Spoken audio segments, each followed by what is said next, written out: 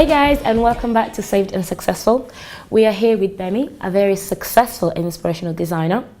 She started designing from the tender age of 11, and going through secondary school, everyone could see the talent and the creativity.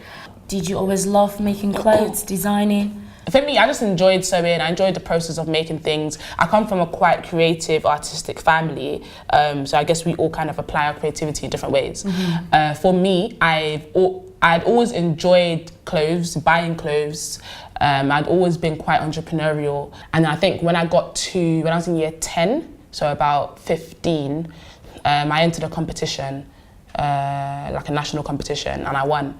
So I think at that point, that's like my mum and dad, they were very, very supportive of that. Like my dad used to take me there every single Sunday because we had to like go for these little meetings every Sunday for the show.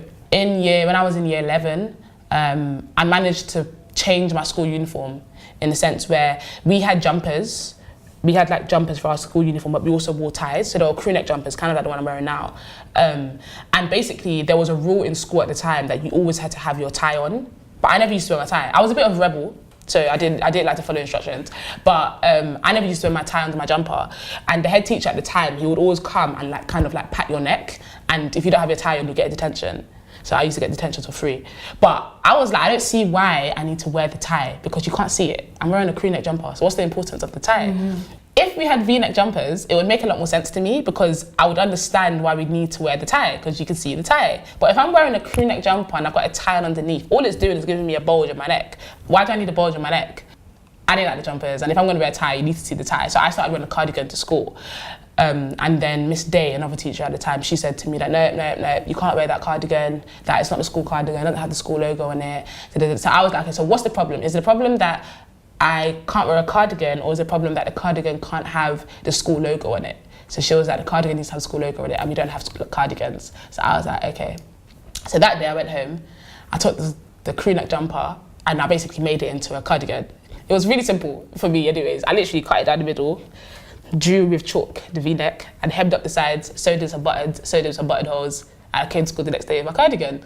So Miss Day approached me and was like, no, Gbemi, so that I've told you already that you need to not do this, you're disobeying the rules, da da da da. So I was like, I'm not disobeying the rules. What did you say? You said that I need to have the school logo on it, right? I said, if you look to the left, you'll see that the school logo is on my cardigan. So she was just like, how did you do that? I said, that is just a gift. I just made it into a cardigan. So she obviously couldn't say anything. So from that point, I used to wear the cardigan. And then everyone liked it. So then I made a little business from that. I started making the cardigans for everybody for £20. I think in a day, I could do like maybe 5. I was doing like 5 a day. People were bringing their jumpers. Everyone's bringing their different year groups. Everyone's bringing their jumpers. So like in a week, I was like, wow, I'm making money. Obviously, I mean, yeah, no, even that's still money to be making for cardigans. But back in year 11, to be making the £100 a day on jumpers, a big thing. I was like, whoa, what's going on? Then about a month into my little business, one teacher who, I don't know what she had against me, she told the kids that, you know that all of you lot could do this yourself. So she started teaching them how to do it themselves. She put me out of business. I said, right, it's like that, okay, no problem. Anyways, I was supposed to actually stay in the school that I was at on the 6th form. But because I got into too much trouble, they said no. So I was like, okay. And I didn't want to go to college and just get caught up in the whole social aspect of it. I wanted to go kind of like start afresh, you know, and just like act like nobody knows me here, sort of thing. So I said I was going to go to Richmond College. Funny enough, I went to Richmond and I knew everyone there again. But anyways, I went to Richmond. When I got there, because I did pretty well with my GCSEs, they were suggesting that I did the IB, the International Baccalaureate, where you do 5 A-levels. I ended up picking maths, business studies, sociology, art and textiles. They did art and textiles as an A-level, but not fashion. So art and textiles, and what was the last subject I was doing again? As you can see, I didn't keep them. I did one other subject, I can't remember. I was doing that for about a week into college. So first of all, the first problem that came about was the idea that I was traveling for over an hour to get to college. Yeah. My parents were like, you just want to be a rebel. You want to be as far away from home as possible. Was doing that for about a week. And then unfortunately, my best friend, she passed away a week into college. So she passed away, it was very sudden. She literally banged her leg on the train. Well, she banged her leg on the door of a train, and then she had a blood clot in her leg. So but we didn't know. So 3 days later, she died. So that was on the Saturday of the first. So you've got Freshers Week. So take out Freshers Week. So the second week. So it was the Saturday of that week that she died. So obviously that hit me very hard.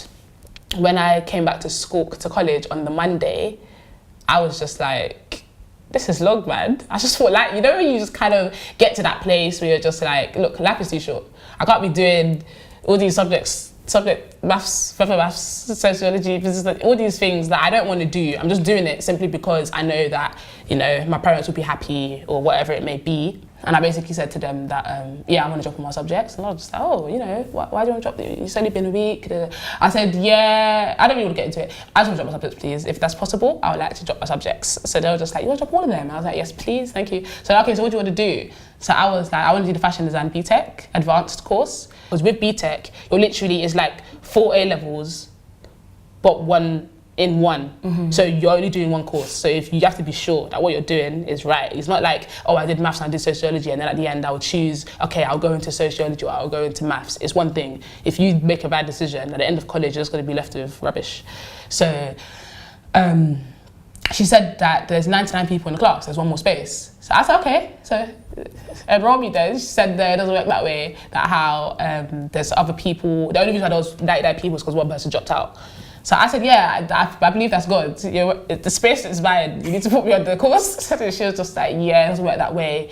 We actually have to fill out a whole procedure, this, that. So I was just like, okay, so in the meantime, what am I supposed to do whilst you're doing that? She said, you need to stay on the courses that you've been enrolled onto, and then from there, we'll get back to you. So I was like, this is long. I don't want to go to maths. I don't want to go to sociology. I don't want to do that at all. So anyways, because of me, I like to be bold. I just went to the fashion class. Oh my God. I just went, so excuse me. So I went to the fashion class, and I just basically sat there as if I was a member of the class. I introduced myself to all the members of the class, not all the members, like to just like the people I was sitting next to, introduce myself to the teacher, etc. So, my name's Gbemi. And basically, I think I kind of like twisted it. So what I said was that I've gone to the course people and I've told them that I would like to join this class. She said that she needs to do some paperwork, but in the meantime, obviously, I just need to, it'll be good for me to get started with you guys. So they, okay, that's fine, that makes sense. One thing that I've noticed is that in these like establishments, they don't really communicate with one another. Mm-hmm. So it's very easy for you to pass on information that may not necessarily be true. So I enrolled myself in the class basically. And then I went back to them at the end of that week and I said that, do you know what? Like I've been going to the class for the past 5 days. I think for the sake of peace, it just makes more sense. You should just let me, continue. And then it wasn't even a long procedure. In the end, I can't remember exactly how it went down, but long story short, I managed to get onto the course officially. And then it got to the end of college. So I applied for my universities. I applied to go to London College of Fashion and Central St. Martin's. So bearing in mind, I have 2 sisters who went to uni before me. I have a sister that is literally 1 year older than me, and I just went to uni, who paid £9,000 for 3 years. So when they said that, that this year the uni fees have, they were debating it for a long time, and I think everyone kind of thought, okay, even if they are going to increase it, it won't be yet. Maybe give us a couple of years. When they finally passed it and said that, the uni fees are 27k. I said, £27,000. How am I going to pay £27,000 for something that my sister just paid £9,000 for? Yeah. I think one thing with college is that they just prepare you to go to uni. Yeah. They don't prepare you to do anything else. It's like you go to primary school, you go to secondary school, you go to college, you go to uni, and then you're free to spread your wings sort of thing. Whereas with me, I was like, surely there's another way.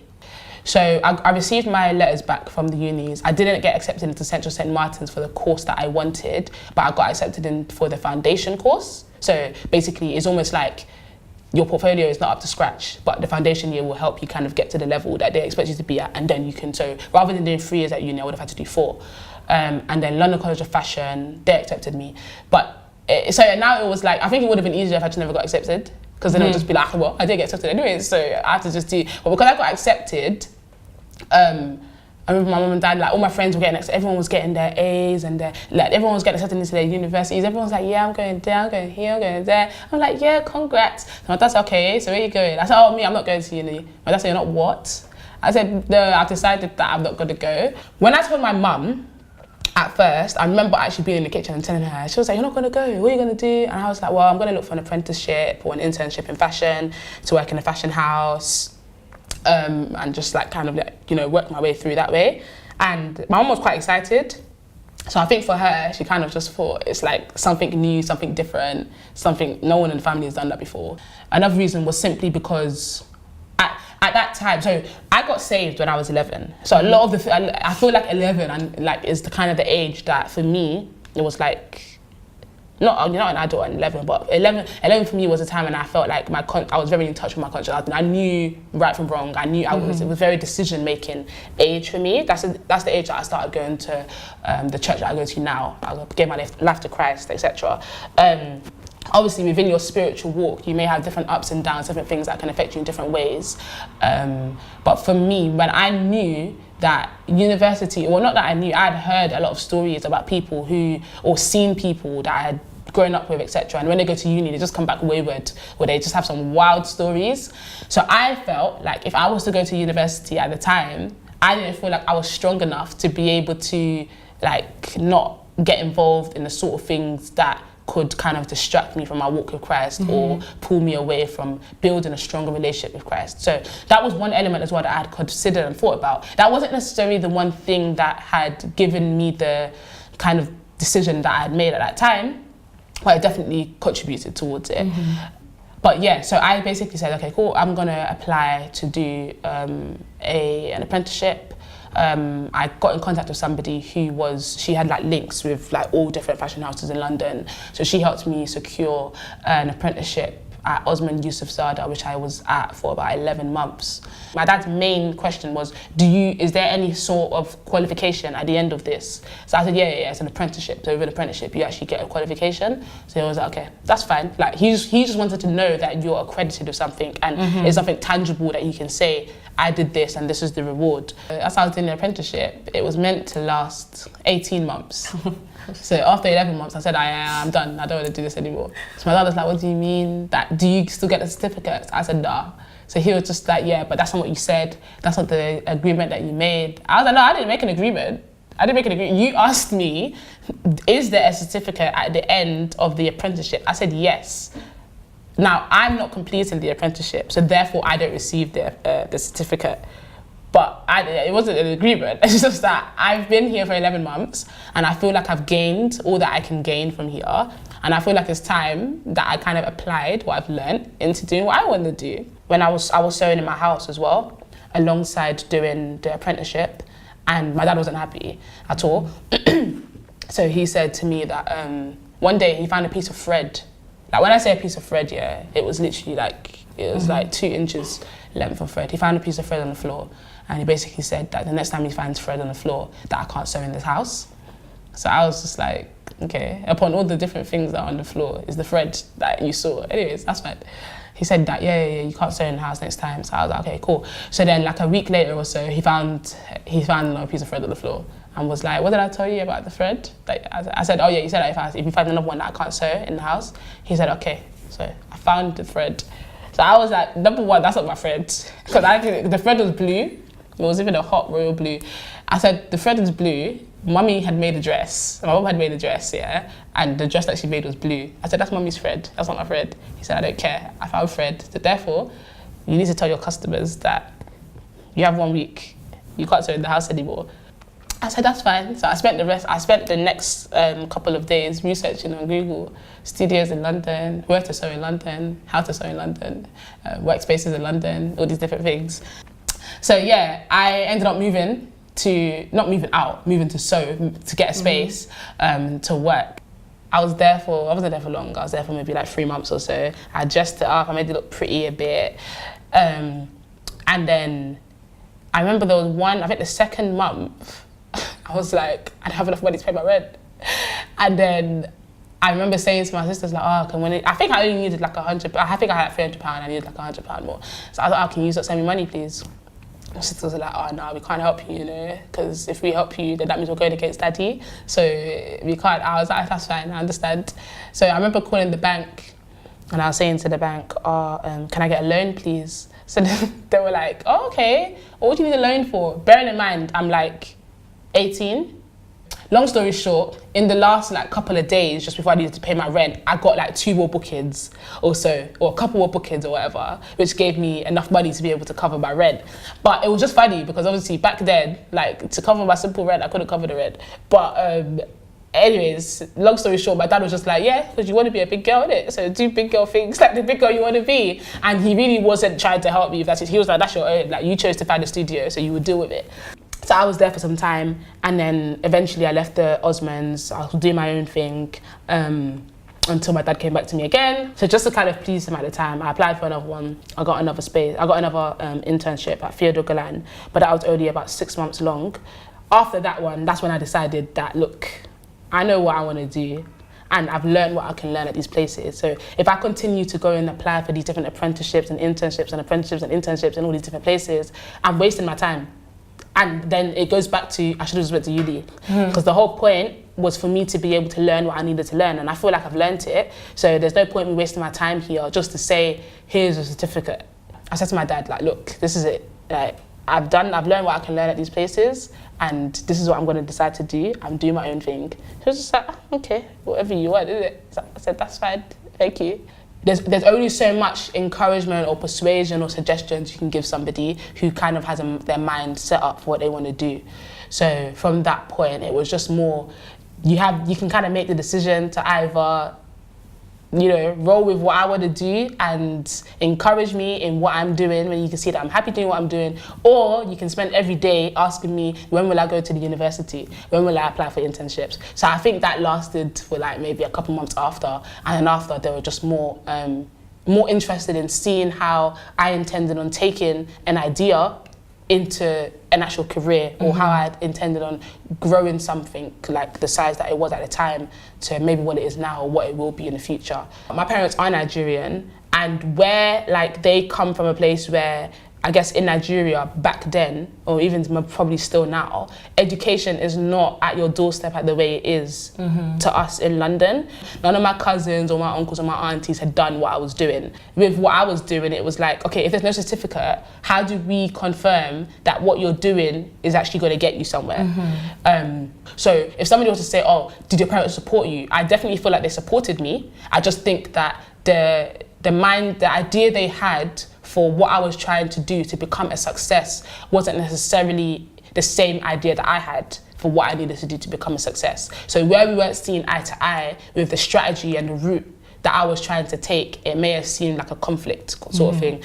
But I think that, I probably had a part to play in the sense that I didn't exactly know the route I was taking either. I was just going in the flow, I'm not gonna lie. Like, I was just doing things that I felt I needed to do. I was doing things differently, doing things that I've seen people doing, and just watching it play out. If it don't work, I find another way of doing it. And now, they're probably my biggest cheerleaders. So yeah, I guess they can see that, you know, I wasn't playing. It wasn't like I was just saying, I just want to chill at home and sleep all day. I was working, I'm still working. So yeah, they're definitely fully supportive of everything I do now. Definitely, because a few weeks ago you made a dress for Maya Jama. Yeah. So that as well, I think, is another tick for them, and I'm sure there's more celebrities to come. Yeah. So I think, I guess for that, do you know what? To be honest with you, I guess for like the whole celebrity side of things, that's not. I guess for my parents, that's not the biggest highlights for them. It's good. They obviously, if they see their daughter's work in the newspaper and stuff, for them it's like, oh, or in the magazine, oh wow, that's amazing, etc. But I think because they've obviously been there from the very beginning, so they've seen like me moving from studio to studio to studio to studio, seen me like from literally starting from absolutely nothing, not in regards to my life, in regards to my business, and seeing it grow, seeing me employ staff, seeing me travel to America for clients, etc. So when they see all of that, I think for them, that's their certificate. That's them seeing evidence that they wanted. So. Exactly. That's them seeing that, okay, she's had a vision, she's put her hands to work, and this is the result. So At any point, did your faith, because you spoke about your faith and how you kind of give your life to Christ at a very young age, so was your faith ever tried or well, definitely, did you feel like giving up because of all these things that were happening? When you say giving up, like, for me, I don't think... God, why is this happening? Let me see. Like, I don't think at any point I ever felt like giving up in regards to my entire business. What I used to do was I would look at a garment, I would lay it down on the floor or on the table, and I can look at the seams of a garment and I can take it apart in my head. And by looking at a finished product, it will help me to know how to make the product, if you get what I mean. So that's why, like, even though, like, yeah, we did textiles in school, that's the reason why I say, like, my gift is definitely God-given, in the sense that you can't find a standard 11-year-old person who's going around making dresses. It's not a normal thing. So I don't have magical powers, I don't have two heads. So that's why I know it's of God, 100%. Yeah. That's the same with many aspects of my life. So with the way I see my business, for example, is I kind of have an idea of where it will be, in the sense of how far it can get to. Obviously, everything works by faith, obviously by God's gift, God's blessings, etc. So no one should ever get twisted and think that, oh yeah, because you've seen this amazing, happy ending, that's you're 100% going to make it there. No. There's work that needs to be put in. You have to really submit things to God, etc. But for me, it's like, I can see where it's going to get to. So I think for me, one of my hardest trials or hardest, like, things that I couldn't really understand was the exact steps that I needed to take to get there.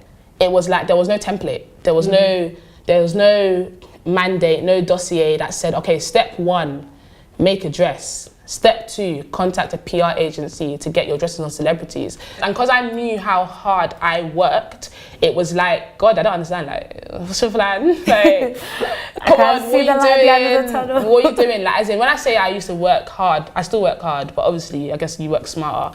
I've been a Christian, well, properly since the age of 11. I rededicated my life when I was about 16. So around this time, for me, I don't think, in terms of my relationship with God, yeah, it was there and everything, but it wasn't so much like, now, when I have those sort of thoughts, I'm instantly like, put it to prayer. Like, it's not even, I can't even allow the thought to even get deep enough for me to start doubting. It's just like, all right, cool, I don't know what I'm doing, so God, take control, sort of thing. Whereas back then, I think I was very much like, getting a piece of paper, okay, cool, so if I do this, and then if I do that, then I make this much, okay, cool, I'm going to put that money to this, I'm going to invest that there, and then this is going to bring this, do you get what I mean? Yeah. Whereas it could have just been as simple as saying, all right, God, like, lead me, instruct me, guide me. But at the same time, it was one of those things where I was exhausted, man, I was tired, because it was only me, and I'm making, like, as in, there's bridal parties, you have 12 bridesmaids, you got to make 12 bridesmaids dresses for X and Y, Z date. But at the same time, you're doing another bridal party, I've got, like, it was good, because my problem was never getting bookings. I was getting bookings, but it was getting to that point where it was like, I was getting so much orders that I was tired. But it wasn't enough to be able to employ anybody. So it was like one of those things where, okay, cool, what do I do? How do I balance this now? Do I cut down on the amount of bookings I get? Do I bring on somebody as I don't know, man. I don't know what to do. Then it got to a stage where I had 2 people who contacted me to make wedding dresses for them. These were the first people. This was the first time we touched bridal. So this is back when I was still at Deptford, only me working. It was only my brand. It was only me. I had no employees or anything. But at first, I was like, nah, I don't do wedding dresses. So I didn't tell her, but in my head, I was thinking, I don't make wedding dresses. I've never made a wedding dress before. I'm not trying to ruin somebody's wedding by doing trial and error. But then I like challenges. So I was just like, you know what, let me take it. So I did a wedding dress for her. I think it was like £100, you know, it was actually mad. Like, she got a serious bargain, man. She sells that dress now. She's gonna make a whole lot of money. But I made her dress for her, and like when she came to pick up her wedding dress, she started crying. She was like she really loved it and all of that.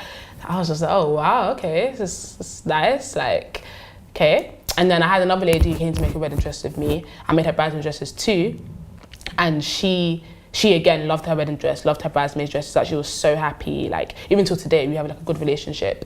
that's when I kind of, it kind of hit me in a different way, in the sense that I think with wedding dresses, it's kind of like more of a journey, because you, number one, you do so many fittings with them, you can engage in sort of conversation, you hear stories about like how people meet and like just different things. It's just really different.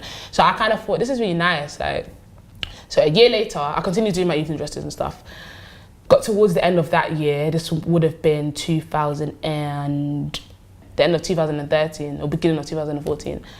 And I was thinking to myself that, you know, I need to basically get to that place where I am, when somebody says, oh, what is AloNuko?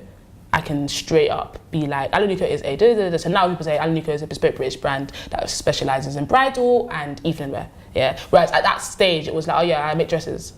I didn't even feel confident in my own brand before I can go into people and telling them this is what it is. So I was just spending time trying to figure out, okay, what do I want to go into? Do I want to go and do theatre clothes? Do I want to go and do red carpet? Am I trying to do, who's my target audience? What exactly am I doing?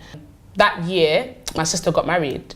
So before she was getting married and she took her wedding dress, she was planning on traveling to the Philippines or something, to one bridal dress designer there to get a wedding dress. I was thinking, yeah, it's a good idea, me too, I'll follow you. In my head, I was thinking, I ain't making you a dress, boy, so please don't even try and look at that as an option. Anyways, she didn't go to the Philippines to get her dress. She then came to say to me, oh, I've decided I would like you to make a wedding dress for me. So I was just like, you know the ones where your heart like sings like, sings. Oh God. So I'm thinking, oh my days. And it's one of them ones where it's like, if I'm making your wedding dress for you, everyone is going to be at the wedding. Everyone's going to see, like, if there's a thread out of place, my dad is going to come and tell me that he found thread. If there's anything wrong, it's going to be the most embarrassing thing, because it's going to be before my closest people. It's going to be all my aunties or my uncles or my friends or her friends, everyone. So in my head, I was just thinking, nah, I'm not doing it. So I'm just like, oh my days, I don't want to do this. Anyways, I took it. It was the scariest job I've ever done to date, because the pressure was just a lot. Like, I mean, I had my aunties be like, I hope you're working well at that dress, or if you see the dress that is a disaster, people say like, you're gonna get fired. My dad was like, please, I don't want any disasters. I don't want it just to rip on the day. I'm just like, gosh, you guys, are not even giving me like a minute to breathe. I did her wedding dress, and like, I think that was probably that was the first time that I had felt so like good about something that I had made. Like, again, because my family's response means basically everything. Like, I mean, the world can be like, that's dead. And my mom and dad, my sisters and my brother can be like, that's amazing. I don't really care what everyone else said. My family likes it, so whatever it is. So when I did her wedding dress and she loved it, my whole family loved it, everyone loved it, it was just like, oh, that's nice. So then towards the end of that year, 2014, that's when I basically said, I think I want to go into bridal. But again, I had no idea about the bridal industry. I guess obviously now the wedding industry is big, like London, Africa, America, everywhere. It's massive, but that was the point at which it was getting big. It wasn't what it is now. So for me, I hadn't done much research into the wedding industry. I didn't really know, didn't know people, I didn't know vendors in the industry, nothing. I just knew that I wanted to do bridal.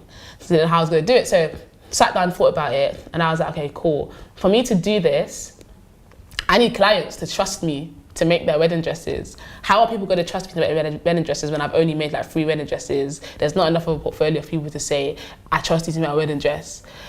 So I was like, okay, I'm going to need to put together a collection of dresses that show my, what I'm able to do. So I was like, if I'm going to do this, I need to do this big. Like, I need to do it to the point that I'm making so much noise that AloNuko is trending on Instagram or Twitter or whatever it is. So I came up with the idea to do like a massive launch, to launch my collection. And I said, I'm going to do it big. I'm going to get like a venue. I'm going to get like 400, 500 people there. Like, I was being ambitious, man. But I was like, if I was saying I'm going to do it, I'm going to do it. So I said, okay, cool. Then I was doing all the maths, doing quick maths, and then I said, I did all the additions and all that, and it was saying 30K to put together the show. Wow. So I'm like, intriguing.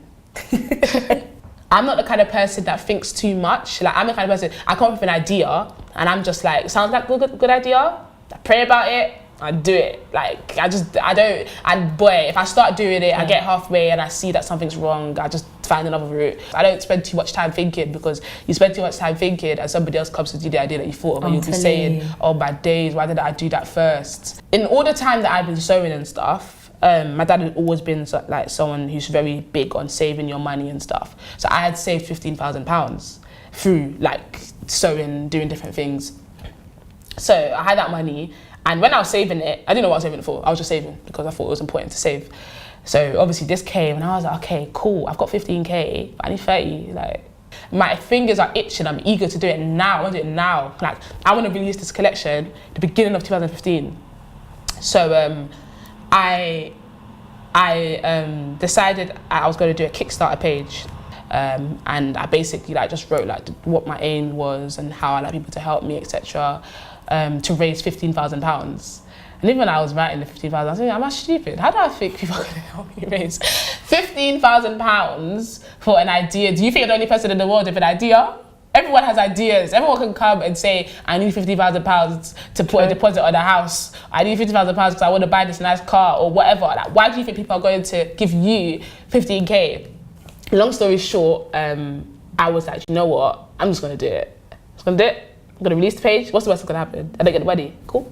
Exactly. Whatever. Like, either way, I'll be in the same position that I'm in now. I don't have the money. So, whichever. At least you tried. So, let me just try. In the first day, or the first 2 days, we raised 5K. Wow. So, I was like, what is going on? To the point that I was like, bruh. So basically, I don't even need, so I put it up for 30 days. And with Kickstarter, if you don't make the full thing, you don't get nothing. Mm-hmm. So if you make £14,999, you don't get anything.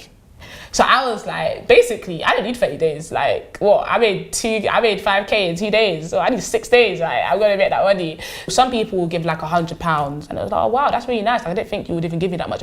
Whereas some people are giving like, literally, or people who are giving £1, or people who are giving £2, people who are giving £5. And the reason why that really, really touched me was because obviously everyone's financial situations are different, but not even that, because someone can have the most money in the world, but they didn't budget to give towards that. So the fact that people were so willing to contribute towards what I was doing, that they would literally give it anything, but it was all of those little amounts that were combined that allowed us to reach the goal in the end. But for me, that Kickstarter was one of the, I think that was the point that I had to literally rely on God. Mm-hmm. The reason why I say that is because obviously I told you that in 2 days we made 5K. We got to like the 20th day, I think we were at 10K. So obviously I'm looking like, cool, we have 10 days to go. But it took us like, 18 days to make the next 5K. As the money was being made, I heard from God basically telling me that you need to have faith. So through that, if we have our big faith steps, I basically felt God telling me that I needed to start the collection with the 15K that I had of my own money. Mm-hmm. But the reason why that was a risk, basically I just felt God telling me that I needed to just basically plan the show and create the collection as though I had the 30K. I was doing things like I went to go and pay for the venue, which was £6,000. Like I have like my some of my embroideries and stuff overseas. Like my embroidery was like £9,000. I'd paid the deposit for that. I'd bought all the fabric and stuff. So I was doing bits and bobs, but I had done things as though I had the 30K. So in my head, I'm thinking, you're moving mad, Gbemi. Like, you're actually moving mad. I said, you don't have £30,000, yeah? And you're putting deposits on things. What if, and by the way, deposits are non-refundable, in case you didn't know. So I'm thinking, if this 15K doesn't come through, yeah, I've lost my first 15K. As it's getting closer towards the 30th day, I was losing my mind, man. I was like, what have I done? As in, I was having anxiety. I couldn't sleep. I would wake up in the middle of the night. I would be crying because I'm just like, what stupidness? What kind of stupid idea was this? Who do you think you are? Why did you think that you, out of all people in the world, can raise £15,000 in 30 days? Like, where have you ever seen that done before? Come on, don't be stupid, Gbemi. Like, it was just, I was like, this is a stupid idea. And I think that's probably the first time that I said to myself, I should have went to uni. Oh my God. All I really had was faith. But at the time, it didn't seem as though the faith was working. So in my head, it was like, this is such a stupid idea. And at no point did I ever say, like, God, like, how could you do this? At no point did I ever come like that, because like, it wasn't God's fault, do you know what I mean? But I did definitely question, like, what I heard. Was it my own voice, or was it that I'm confused? Because I know that there was no way I was going to go and be doing stuff like paying for a venue unless I was sure and confident and really believed in what I thought was God telling me that this is going to work and this is what you need to do. So then I started thinking, I can't see this money in it. So the only way this is going to work is if I get stuff for free. I know what's going to happen. People are going to start giving me food for free. So I'm contacting venues, I'm contacting vendors for stuff, and I'm asking for quotes and stuff. And they're telling me, yeah, that would be £7,000. And I'm thinking, no, I'm meant to be getting it for free because I don't have the money. So it's supposed to come for free. Anyways, towards the end of the 30 days, I got a call from one of my friends. She basically said that she felt like God said that she should put 5k towards the thing. So I was like, you what? I was like, sure you know what you're doing? I said, listen, just so you know, there's no guarantee that this brand is going to get anywhere, you know? Like, there's no guarantee that AloNuko is going to be what we think AloNuko is going to be. Me, I'm moving in faithful. So if you're coming to give you 5k, don't be giving 5k thinking that in a year's time, it's going to be one household name or something like that. Because me, I can't guarantee anything. All I know is that I had an idea, I put it to God, and I'm trying to see what's going to happen. She was like, no, like, obviously this is what she feels, whatever. So I was like, wow. So what ended up happening was people who were pledging towards the Kickstarter were now removing their pledges. So it was going down, so I think it went down to like 8k. So when she put the 5, that went up to like 13. So we had like literally, I think it was like 2 days now to go. So my heart, I'm doing like, I'm like, whoa, like what's actually gonna happen? Like there was nothing else for me to rely on. All I could rely on was God and believe that what he said will come to pass. Anyways, long story short, we reached the 30th day and we even got more than 15k. So I was like, listen, you know that was when your head, you're thinking, look at your head after before you were saying that, God, what's going on, now you've reached it. So obviously I was like, oh, thank God. But then, so that was the first, I think that was one of the first times that I truly had to, like, there was nothing else for me to rely on. I truly had to put all my trust and everything in believing that the plan and the idea that I had and I had put to God and trusted that he was going to come to pass was actually going to come to pass, yeah? Mm-hmm. When we were now doing the actual show, putting together everything and all of that, like, you know, that was, I think for me, when people say what was it like, I think it's equivalent to planning a wedding. Mm-hmm. Probably worse. The only thing is you're not actually getting married, but you're creating a whole collection of 15 pieces. I was like anorexic, I lost so much weight, I was stressed, everything. But I think within that time, there was so many different boundaries, so many different hurdles that I had to like pass through and overcome. And it wasn't things, a lot of it was like even emotional stuff, just like just doubting and think like, what if nobody buys tickets, what if nobody comes, all of that sort of stuff. That was the time when I had the most struggles in regards to my business, and it was a time where I just had to put everything, all my trust and everything in believing that God was going to just make a way, and with the plan and everything that we had done was going to work. But it didn't just end at the show being a success. It was more, I didn't do a show just so that people can know my name, mm-hmm. or just so that people can be like, oh yeah, she makes nice dresses. I didn't invest, we ended up spending like maybe 40k on the show in the end. But I didn't spend all that money just to say, oh yeah, she makes nice dresses, or oh yeah, she makes nice, you know, clothes, or she's a good designer. It was, the whole point of that was to kickstart a business that was going to succeed. It didn't end at just a show. For me, it was even after that, God, like, whatever purpose, whatever plan you had for this, let it come to pass. And when it does, help me to be able to not ever get to that point where I feel like I did this. Help me to stay humble and help me to just like, you know, stay in that place where I remember where all of this has come from. Yeah. Not that, oh yeah, like I'm some amazing designer now, or I've got the title of Britain's youngest bridal brand designer. Like, don't ever get it twisted and think that you did it yourself, because you didn't. And all the glory does go and remain in God's hands. For me, like, just Even still, there is no dossier, there is no mandate, there is no specific rule or step-by-step guide to doing this. When people say, oh, how do you do it? That's why I'm saying, look, boy, it's God. I can't lie. That's it. I don't click my fingers and things happen. Yes, I have a gift. Everyone has a gift. But the one thing that you have to remember that is vital is, listen, nothing's going anywhere. Especially if it's a God-given. If it's a God-given gift, you have to remember that you have to put your plans to God. That's one of my favorite scriptures, Hebrews 4:16, where it says, come boldly before the throne that you can obtain mercy in time of need. And for me, it's about making your request bold before God. Like bold, like as in, I pray some prayers sometimes, man, that are just like, even sometimes when I pray, I'm just like, that was a bit wild. Like, but as in, I think sometimes we like to get all lost in the whole, God bless me, God show me the way. But you know what you want. Why don't you just say it? Like, why are you moving shy to God? But I think sometimes we like to be shy and we like to be apprehensive and we like to be like, oh, I don't know that you're doing. God, you think he's going to give you something big enough? If you can't even handle the idea of asking him for the blessing, how are you going to be able to handle the blessing? I did some little thing with a couple of my friends. I took them out for like a little work to do, and I basically said everyone should write down what they want by the end of 2017. And I was very intentional. I said I want to be in a place where at the end of 2017 I can be in a place where I can afford to hire people.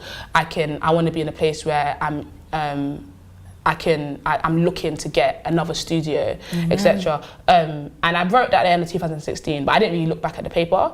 So when I opened in 2017 at the end, I was like, oh my days, I forgot I wrote that. So obviously I got my new studio in June 2017, and I employed my new staff in January 2017. So something that I had prayed and put in God's hand in December 2016, God had already made happen before halfway through the year.